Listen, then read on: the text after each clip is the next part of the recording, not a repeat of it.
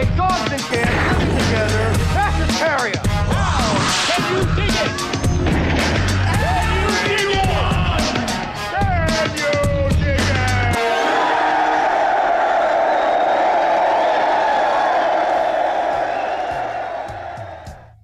What's up, you movie maniacs, and welcome to the Lucid Nightmare. I'm your host as always, Jay Shatzer. And today, well, we're going to mix things up and get a little Western comedy going. It is Duccio Tessari's 1969 underrated classic. It is Alive or Preferably Dead, and this one is just unbound crazy fun.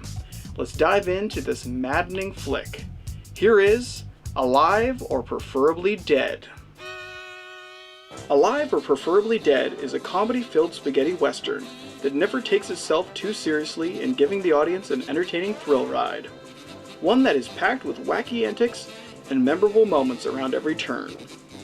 Directed by Italian filmmaker Duccio Tessari and performed by a cast of character actors who have frequently collaborated with Tessari on other various projects. The movie turns out to be a fun bit of escapism as we're presented with the lighter side of the Wild West. With its slapstick style and outstanding production value, Alive or Preferably Dead is an interesting combination that doesn't fail to amuse in every way possible. The film follows two estranged brothers, Monty and Ted Mulligan, who must live together for 6 months in order to inherit a hefty sum of $300,000. What at first seems like a simple task turns out to be a catastrophe, because whenever these two brothers get together, nothing but calamity follows. These polar opposite siblings go from one out-of-control situation to the next, taking up bank robbery and even kidnapping in order to pass the time and survive until their 6 months are up. Will they make it to the end before they kill each other? Or will something else come between the feuding brothers in the form of a beautiful young woman named Rosella Scott? Hold on to your butts, you crazy cowpokes. This is going to be a bumpy ride. Giuliano Gemma plays one half of the dynamic duo, with the character of Monty Mulligan. He's the most refined of the brothers, as we get a great introduction to his lifestyle and personality in the beginning moments of the film.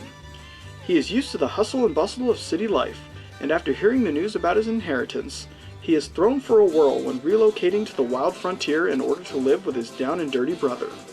Gemma, as usual, plays the role to perfection, giving the character of Monty Mulligan a charismatic demeanor that only Giuliano could ever muster. His charm and wit is proudly showcased in this film, amping up the fun factor of this enjoyable flick by a country mile. Nino Benvenuti takes on the role of Ted Mulligan, the simpler of the two brothers. Nino does an exceptional job as the reluctant brother who only wants to make an honest living by doing an honest day's work. He plays the role of the innocent and pure character that slowly begins to let his wild side run rampant after being introduced to his long-lost brother.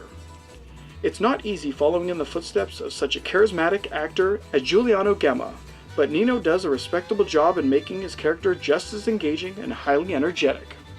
Aside from the two male stars of the film, Sydney Rome brings a nice feminine touch to her character of Rosella Scott.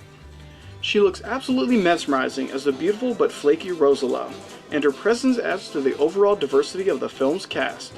As for the wacky antics of the film, there are plenty of them. The brothers see so much off-the-wall action that it might make your head spin in all its absurdity. We have gunfights galore and a rather entertaining brawl that includes 2 bathtubs, loads of soapy bubbles, and a gang of bandits so destructive that they cave in the floor of a second-floor building. Not only that, but the fight scenes are highly engaging, allowing both Giuliano Gemma and Nino Benvenuti to show off their stuff. These are 2 rough and tough actors who aren't afraid of getting a little dirty or bruised up while filming their stunt work. The fists fly like there's no tomorrow, and both actors look great when taking on their challengers and sometimes brawling with each other.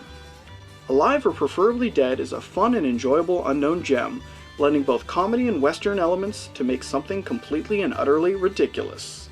You really have to see it for yourself, because the movie is an event in itself, forcing you to wonder on what batshit crazy thing will happen next. Alive or Preferably Dead is a fun and preferable action-packed flick. And ladies and gentlemen, that is the highly enjoyable and over-the-top spaghetti western comedy, Alive or Preferably Dead. Just an outstanding production as a whole, and entertaining to high hell. But guys, that's it for me today. Hope you enjoyed that weird one, and I hope you like what I'm doing here. If you do, please like and subscribe. And if you have time, leave a comment below because I'd love to hear from you. But until then, I will see you with the next movie review. Take care.